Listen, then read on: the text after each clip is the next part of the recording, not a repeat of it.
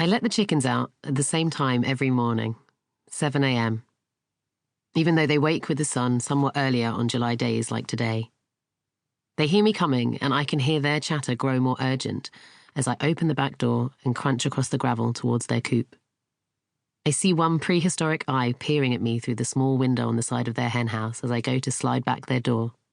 Then all four squat, feathered bodies tumble through the gap, skidding down the ramp and past my feet towards where their food is waiting. I pause for a minute to admire their impressive bustles that point in the air while their hungry little beaks tap, tap, tap at the dull grey pellets they eat for breakfast.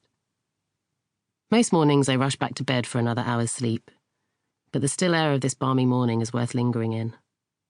The sun glints through the morning dew that covers the ground at my feet, and the tall grass in the field beyond the vegetable patch bows its soft pink seed heads gently to greet the day. House martins dance wordlessly overhead, their black bodies, white bellies, forked tails flitting through the sky.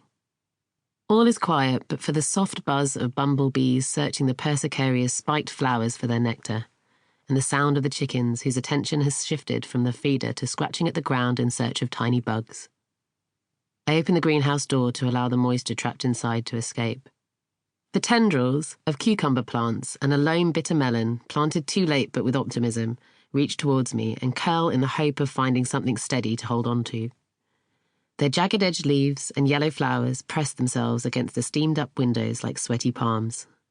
Turning around, I smell the sugary scent of jasmine spiraling towards me from the vines that clamber up and over the wooden fence. As I devour its fragrance and the sight of its star-shaped flowers, I spot something familiar entangled amongst the chaotic midsummer growth spilling out from the nearby bed. Bright green, heart-shaped leaves coming off a stem wound tightly around whatever it can grab hold of, cling onto and strangle as it scrambles upwards in search of the sun. This particular specimen has been left to grow for long enough that there are buds appearing, and the topmost has broken into a white, trumpet-shaped bloom. On seeing it, I start to panic. There is no doubt. Whether through negligence or distraction or incompetence, bindweed has been rampaging through the garden on my watch. So much so that it's had time to settle in and flower. I first met bindweed as a child when it was climbing its way up the chain-link fences around my school playground. I'd slowly pressed the plump flower buds until they relented with a satisfying pop.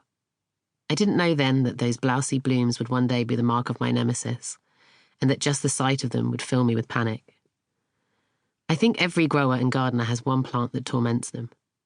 One with a rampant growth habit or that sows its seeds a touch too prolifically or monopolizes the water, earth or sun so that the plants they are trying to grow have to compete for what they need to thrive. A plant that follows them from garden to garden, reminding them that no matter how they try, there is much in the garden beyond their control. Bindweed, with her anti-clockwise, twirling, suffocating ways and her roots that burrow as deep as 3 meters below the ground but snap easily under a too heavy hand, is my ever-present enemy. I once spent a spring trying to excavate those brittle white roots from the first piece of land I'd been given permission to steward, a small plot at the bottom of a vicarage garden in Hackney. One side of the site was neat and organised with 5 vegetable beds where salad leaves had been grown in rotation for a number of seasons already. The other side, though, had been left to grow with abandon and was shoulder-high with nettles and brambles. I devoted those winter months to hacking back the thorny, stinging tangle and finding the raspberry canes, gooseberry bushes, and a pond hiding beneath. Yet it wouldn't be until the days started to warm that the bindweed made itself known, crawling under and across the path that kept the rowdy side separate from the tidy side, before emerging above ground to smother the perennial herbs and bother the overwintered chard. It was a futile task, but I was driven by the determination of a new grower who foolishly believed she could be more tenacious than this pernicious wanderer. Tenacity and idealism marked my first few seasons of growing food. Career changers like me can be like that, evangelical and occasionally unrealistic about their new direction, because they've committed themselves to a path that rescued them from a work life that made them miserable. That's how I felt when I found my way to the work of growing plants. I wasn't looking for it, but it found me. I'd like to believe that it would have found me some other way if I hadn't walked down that New York street on that one sunny Saturday in June.